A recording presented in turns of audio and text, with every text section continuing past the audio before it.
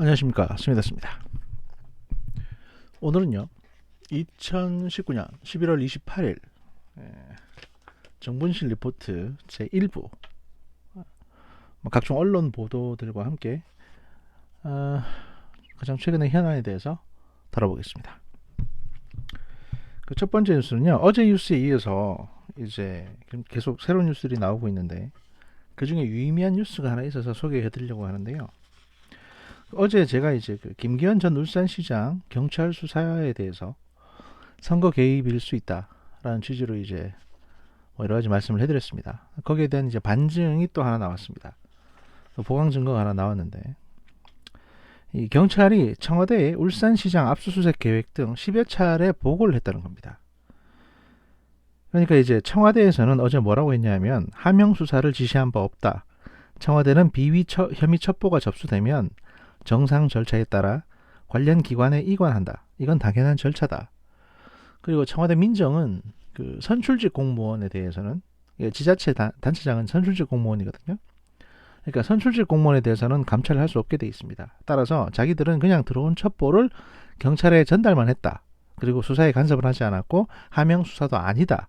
라고 얘기를 했는데, 수사를 한 경찰이 청와대에 이제 보고를 하고 있는 거죠. 수사에 관련해서.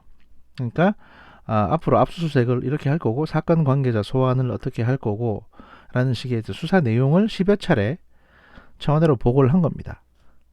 그래서 아마 이 보고를 청와대 민정수석실 쪽으로 보고를 했던 것 같고, 그래서 이게 이제 결국에는 하명수사가 아닌가.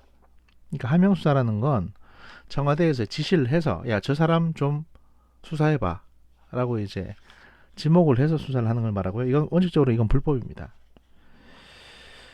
그 이제 초점은, 근데 이 뉴스가, 이 단독 뉴스가 한겨레에서 나온 뉴스입니다. 김환 기자, 그리고 뭐 누굽니까, 송채경화 기자, 이런 분들이 지금 작성을 하셨는데,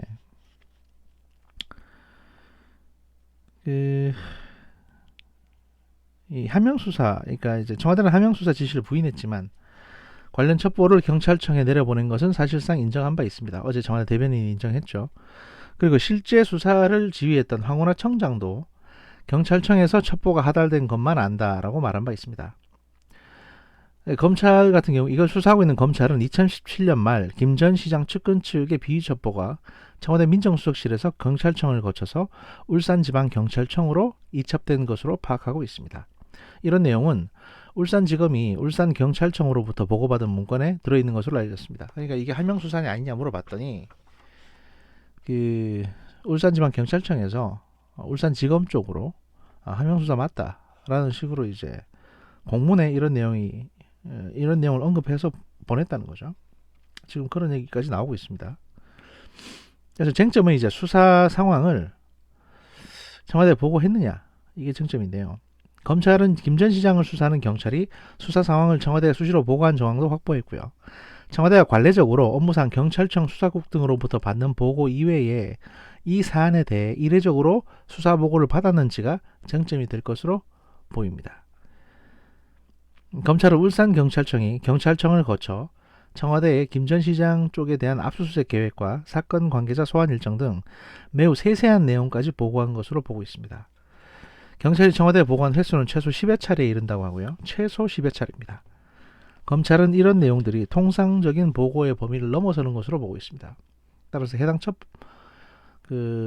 첩보가 이제 민정수석실 반부패 비서관실에서 경찰로 옮겨질 당시 민정수석은 조 전 장관이었고, 그러니까 조국 전 청와대 민정수석이었고, 반부패 비서관은 이제 박형철 비서관이었고, 여기에 협조해서 수사를 하게 된 게 이제 황운하 울산지방경찰청장이기 때문에 제가 말씀드렸다시피 서로 이제 보고를 주고받고 하는 형태로, 지금 일부 이제 극우 유튜버들은 이게 이제 문재인 대통령이 지시한 거 아니냐 뭐 이런 식으로까지 말씀을 하고 계시는데, 제가 보기에 그건 아닌 것 같고요. 그냥 문재인 대통령의 의중을 밑에서 알아서 받들어 모신 게 아닌가. 그러니까 이게 무슨 얘기냐면, 저 아픈 손가락이 하나 있습니다.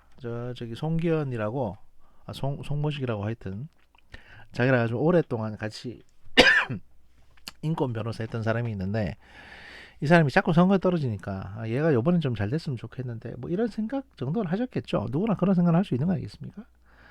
그런데 우리 아부하기 좋아하는 아부쟁이 조국 씨가 이걸 딱 알고 요번에 당선 좀 시켜드리자 라고 해서 이제 뭐 경찰하고 상의를 했고, 경찰에서 아예 적극적으로 여기 협조한 게 아닌가. 대신에 이제 수사권은 경찰이 꼭 가질 수 있게 개헌을 하는 걸로, 또 법안을 만드는 걸로, 이렇게 이면 합의가 있었던 게 아닌가 싶은 생각이 듭니다. 예. 아무튼 뭐 그런 이제 보충 뉴스가 나오고 있고요. 조만간 여기에 대한 전모가 밝혀질 것 같습니다. 그 다음 뉴스는요. 얼마 전에 그 파주 훈련장에서 폭발 사고가 있었습니다. 그래서 이제 이게 미확인 폭발물이 폭발해서 장교 한 명이 숨지고 병사 한 명이 다쳤습니다. 크게. 그래서 이제 이 훈련장을 정비하던 중 원인을 알 수 없는 폭발이 일어났다는 입장을 이제 육군은 되풀이하고 있는데, 그 YTN 취재 결과 이게 이제 인재라는 사실이 드러났습니다. 그 허술한 지뢰 실험이 불러온 인재라는 사실이 구체적으로 드러난 겁니다. 이 정도로 구체적으로 드러났으면 그 해당 아마 관계자들이 진술을 했거나 내부자 정보가 나왔다는 얘기거든요. 일단 내용이 뭐냐면, 그 사고가 나기 사흘 전, 폭발 사고 나기 사흘 전 공병부대는 같은 훈련장에서 M15 대전차 지뢰 전투 실험을 진행을 했습니다. 땅속 5m 깊이에 지뢰 2개를 묻고 지상에서 화약을 터뜨려서 지뢰가 제대로 폭발하는지 확인하는 실험입니다. 이게 무슨 실험이냐면, 그 보통 이제 지뢰 지역에 대전차 지뢰가 매설이 되어 있습니다. 대전차 지뢰는 주로 전차 같은 중장비를 타격시키기 위해서 만들어진 지뢰고요. 보통은 땅속 5m 정도 깊이에 묻습니다. 아주 깊게 묻습니다. 이렇게 되면 그 아주 깊은 데서 터질수록 그 폭발력은 더 강하거든요. 이게 이제 주변에서 압력이 들어오니까. 그래서 전차를 폭발시키는 게 아니라 전차를 뒤집어 버릴 수가 있습니다. 이게 한번 터지게 되면. 그래서 이제 5m 깊이에 묻게 되는데, 그리고 그 위에서 화약을 터뜨립니다.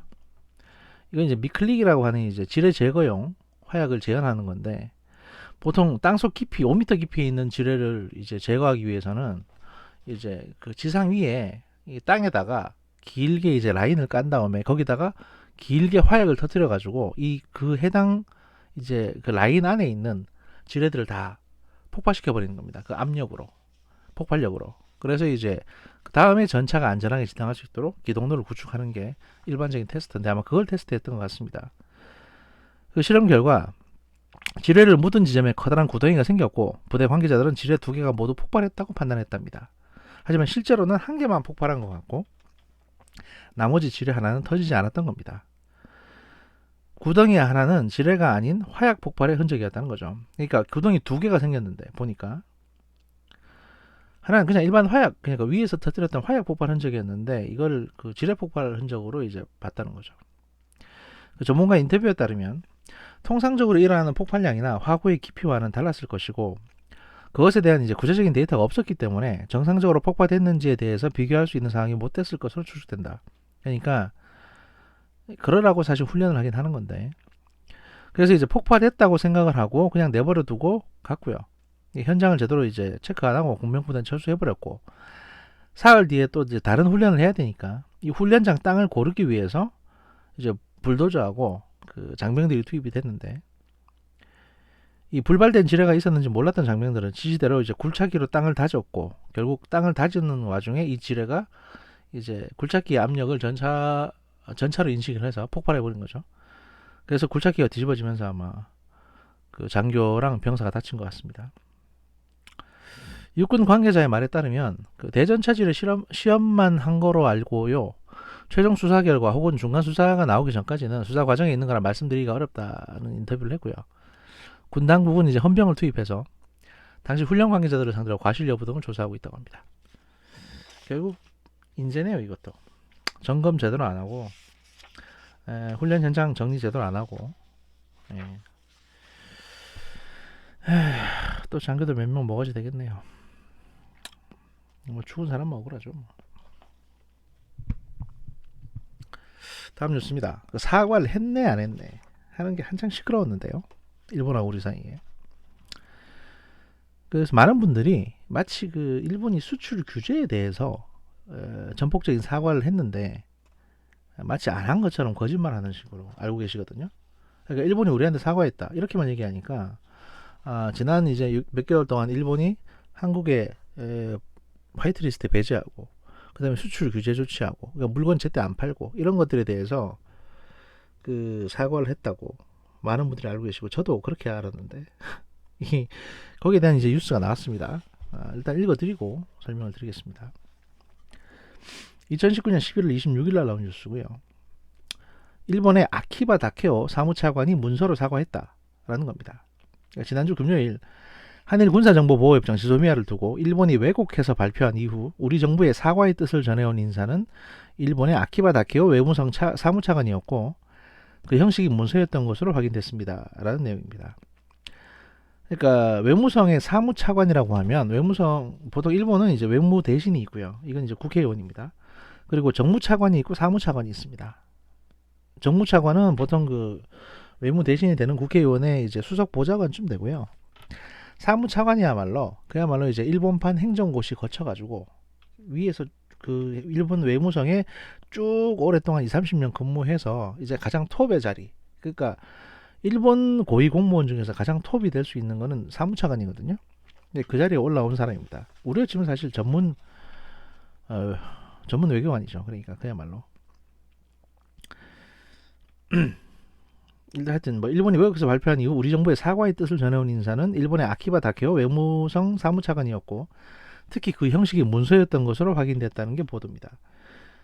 청와대는 누가 사과했는지 명확히 밝히는 것으로 일본의 왜곡 책임을 명확히 정리해두고 일본과의 본격적인 협상 준비에 착수했다고 합니다. 일본의 왜곡 발표 논란이 계속되자 정부 관계자는 일본이 사과한 과정을 상세하게 밝혔고요. 우리 정부 관계자는 지소미아 종료 이후에 발표가 나온 22일 밤 외교부 당국자는 일본 대사관 정무공사를 불러가지고 일본 측 발표가 실제 합의 내용과 왜 다른지를 따졌다고 합니다. 그래서 이제 그 우리나라 외교부 1차관의 어떤 인터뷰 내용을 보시면요. 항의의 핵심은 동시 발표 약속이 약 7분 정도 늦었다는 점과 또 경제산업성이 언론에 발표하는 내용이 다소 과장되고 부풀려진 그런 내용들이 상당히 추가되어 있었다. 뭐 점점점 이렇게 얘기하고요. 이후 일본은 아키바 다케오 외무성 사무차관 명의로 경제산업성의 브리핑이 무리했다며 죄송하다는 취지의 문서를 조세용 차관에게 전해온 것으로 확인됐습니다. 그러니까 한국에서 얘기한 건 뭐냐면 합의와 부합되지 않은 행동에 대해서 유감을 표명했고 그에 대해서 일본 측으로부터 해명과 또 유감의 뜻을 전달받았습니다. 라는 식으로 이제 언론에 우리나라 외교부 차관에 다시 인터뷰를 했는데 이 내용이 근데 웃기는 게요. 지금 대다수의 국민들은요. 일본이 사과했네 안 했네에 대한 사과의 주체, 사과의 내용이 뭐라고 생각하냐면 일본이 지난 6월 이후에 지금까지 해왔던 수출 규제라든지 화이트리스트 배제 뭐 이런 것들에 대해서 일본이 사과했는데 얘들 왜 사과 안 했다 그러냐. 일본이 이걸 사과했기 때문에 우리가 지소미아 종료 선언을 유예하기로 했는데 왜 이거 사과 안 했다 그러지? 이런 거에 대해서 이제 일본이 사과했네 안 했네 이런 공방인 줄로 착각하고 계십니다. 그런데 이 내용을 보면 그게 아니라 그 지소미아 종료 유예 선언하고 난 이후에 일본 경제산업성에서 뭐라고 발표했냐면 우리는 하나도 양보한 거 없다. 그리고 한국이 그냥 일방적으로 종료 유예 선언하고 저러는 거다. 그 다음에 같이 기자회견 하기로 했는데 일본이 한 7분 늦게 기자회견 했다. 공식 발표했다. 뭐 요 정도라는 거죠. 그러니까 여기에 대해서 일본 측의 표현이 우리가 생각해도 일본 측의 표현이 좀 셌던 것 같다. 일본이 생각하기에도 우리가 상대편 배려를 좀 못한 것 같아. 그래서 미안하다. 요런 얘기. 이걸 한국 쪽에서는 이제 사과했다라고 얘기를 하는 겁니다. 그러니까 그 수출 규제하고는 전혀 다른 얘기입니다. 이거는 지소미아 종료선언 이후에 양국의 발표에 대해서 뭐 과했냐 안 했냐에 대한 사과를 했냐 안 했냐 되고 지금 싸우는 건데 이쪽에서는 대다수의 국민들이나 친문이나 문바라고 부르는 그런 사람들은 일본이 사과를 했으면서 왜 안 했다고 또 발표하냐. 아베 정치 그따위로 하지 마라. 뭐 이런 식으로 얘기 나오고 있죠. 이게 전형적인 이 뉴스가 아주 장난치는 거죠, 이거. 예. 사람들이 잘못 알아들은 게 아니고 이 청와대나 정부가 그러면 이제 외교부가 청와대 안보실이 지금 장난질 치는 겁니다. 뉴스 가지고 국민들한테. 이 경제산업성의 발표가 좀 과했다는 사과를 했다 안 했다 가지고 정용 안보실장이 나와가지고 저렇게 막 무슨 또 한번 try to me인가 뭐 try me인가 뭐 하여튼 그런 식으로 덤빌 테면 덤벼봐 이런 식으로 이제 얘기할 건덕집니까 이게 지금? 아직 협의는 시작도 안 했거든요. 그러니까 벌써부터 이제 거짓말 우리가 그냥 치킨 게임 하다가 우리가 이제 한 발 비켜섰는데 그거 가지고 모양 빠지니까 계속 쓸데없는 걸로 사과를 했냐 안 했냐 지금 이런 얘기 하고 있는 거죠.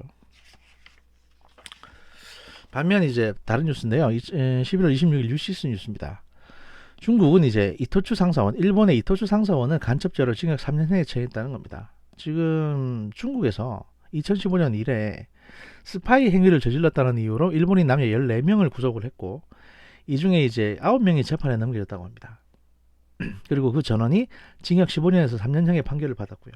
그래서 중국이 아마 이제 일본하고 외교 관계를 좀 개선하려고 하는데 2015년 이후에 일본 쪽 사람들, 그러니까 뭐 이토추 회사의 상사원이라든지 또는 뭐 다양한 대학 교수나 또는 뭐 유학생이나 이런 사람들이 좀 의심스러운 행동을 한다 싶으면 일단 간첩죄로 잡아가지고 탈탈 털고 이제 예를 들어서 간첩죄로 처벌하고 있는 거죠. 사실 일본 같은 경우에는 제가 나중에 판단고기에서도 말씀드리겠습니다만 일본 같은 경우에는 상당히 많은 숫자의 스파이를 이렇게 이제 민간 회사 직원이라든지 또는 사단 법인 직원이나 하는 비정부 단체의 인원으로 가장해서 세계 여러 곳에 이제 뿌립니다. 그들이 이제 그렇게 활동을 해서 정보를 취합해가지고 일본 정보부로 이제 보고를 하는 뭐 이런 협력 체계가 구축이 되어 있습니다. 이 내용은 제가 이제 조만간 올라갈 특집인 이제 판단국에서 다시 말씀을 드리겠습니다. 그 다음 뉴스는요. 이것도 이제 뉴스가 제목이 좀 이상해가지고 많은 분들이 오해를 하셨는데 아시아 경제에서 나온 뉴스입니다. 11월 27일 날 나온 뉴스고요. 제목은 트럼프 취임 후 북한과 전쟁할 뻔 1억 명 죽었을 것이라고 이걸 제목으로 땄습니다. 그래서 마치 트럼프가 취임한 이후에 북한하고 전쟁할 뻔했던 것처럼 이런 식으로 사람들이 받아들이게끔 했는데 사실은 이제 내용을 보면 이건 트럼프 얘기가 아니고 오바마 얘기입니다. 그러니까 트럼프가 집권 안 하고 그대로 놔뒀으면 오바마 대통령이 아마 북한하고 전쟁을 했을 거고 그러면 1억 명 넘게 죽었을 거다. 이런 얘기를 이제 트럼프가 본인의 이제 자서전, 그러니까 뭐 다른 사람 전기 작가가 이제 대신 써준 자서전에 이런 이제 인터뷰를 했다는 겁니다. 그래서 이제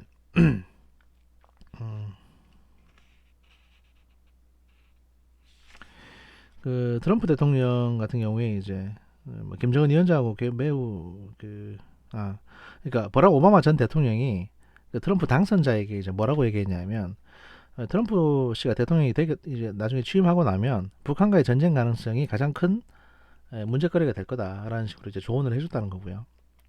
또 트럼프 대통령은 이제 화염, 분노 등 거친 설정과 관련해서 김정은 위원장하고 나는 매우 거칠게 시작했다. 왜냐하면 이 나라는 북한과 전쟁할 준비가 돼 있었기 때문이다. 여기서 이 나라는 미국입니다. 난 정말로 오바마 대통령이 더 오래 백악관에 머물렀다면 미국은 전쟁을 했을 것이라고 생각한다. 그럼 북한과 전쟁을 했다면 3천만 명에서 1억 명의 사람이 죽었을 수도 있다고 생각한다. 인구 3천만 명의 서울이 국경 근처에 있고 북한이 1만 개 이상의 대포를 갖고 있기 때문에 김정은은 굳이 핵무기를 쓰지 않더라도 거대한 재앙을 일으킬 수 있었다. 라고 이제 얘기를 했답니다. 본인 자서전에. 그러면서 이제 이런 얘기를 한 거는 나중에 이 이후에 나오는 김정은과 자신 간의 어떤 북핵 협상에 대한 치적을 과장하기 위해서 이제 앞에 이런 위기였는데 나는 이제 김정은하고 협상을 해가지고 평화를 가져왔다는 거죠. 그러면서 이제 그 전기 작가한테, 전기 작가가 누구냐면 이제 더그 웨드라는 사람인데, 이 사람한테 김정은 위원장이 보냈다는 친서까지 보여줬답니다. 그래서 읽어볼 기회도 줬다고 하는데요. 이것이 바로 역사라면서 자랑하기도 했다고 하고요. This is history 이러면서.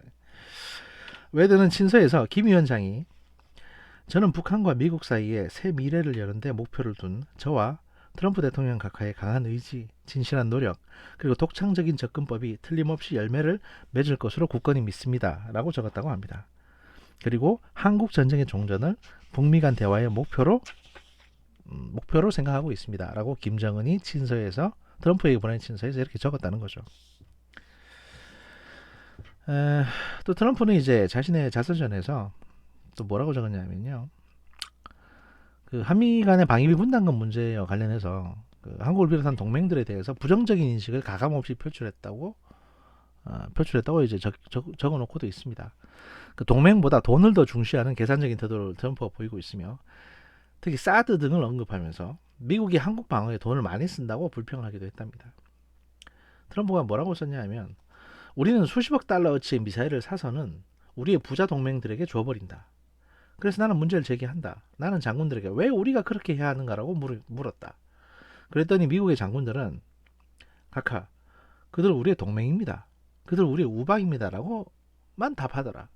돈 쓰는 거에 대해서 생각 안 하고 이 군인들은 한국이 우리의 우방이다. 한국이 우리의 동맹이다. 라고만 얘기하더라 이거죠. 그래서 이제 트럼프가 미군 장군들에게 뭐라고 얘기했냐면, 나는 그들은 우리의 친구가 아니다고 생각한다. 그들은 우리를 벗겨먹는다. 라고 얘기합니다. They are ripping us off 라는 거죠. 그러니까 일본이나 한국은 미국을 벗겨먹고 있다는 겁니다.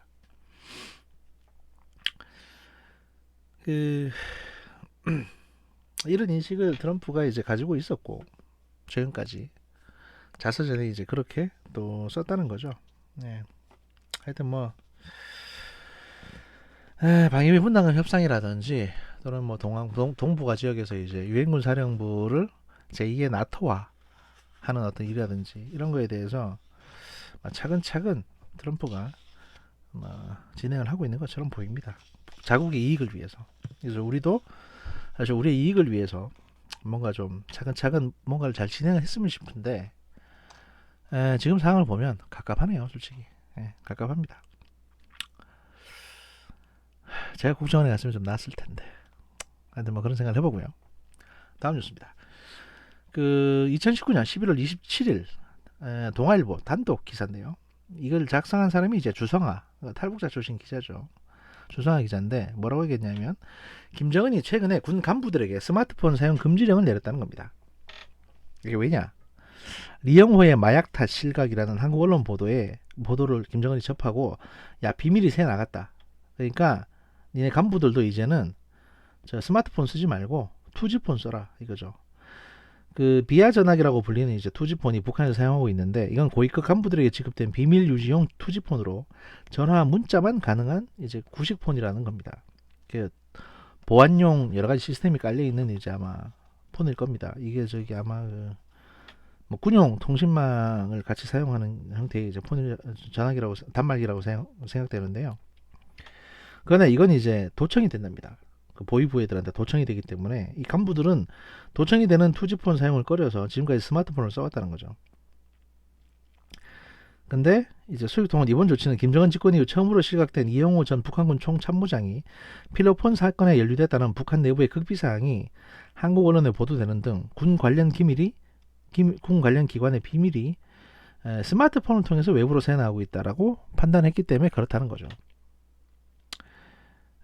그리고 이제 본보는, 그러니까 동아일보는 14일자 게재된 마약에 빠져 파면된 북한군 총참모장이라는 제목의 칼럼에서 이영호 참모장이 필로폰 사건에 연루됐다는 북한 내부의 극비사항을 자세히 다룬 바 있다.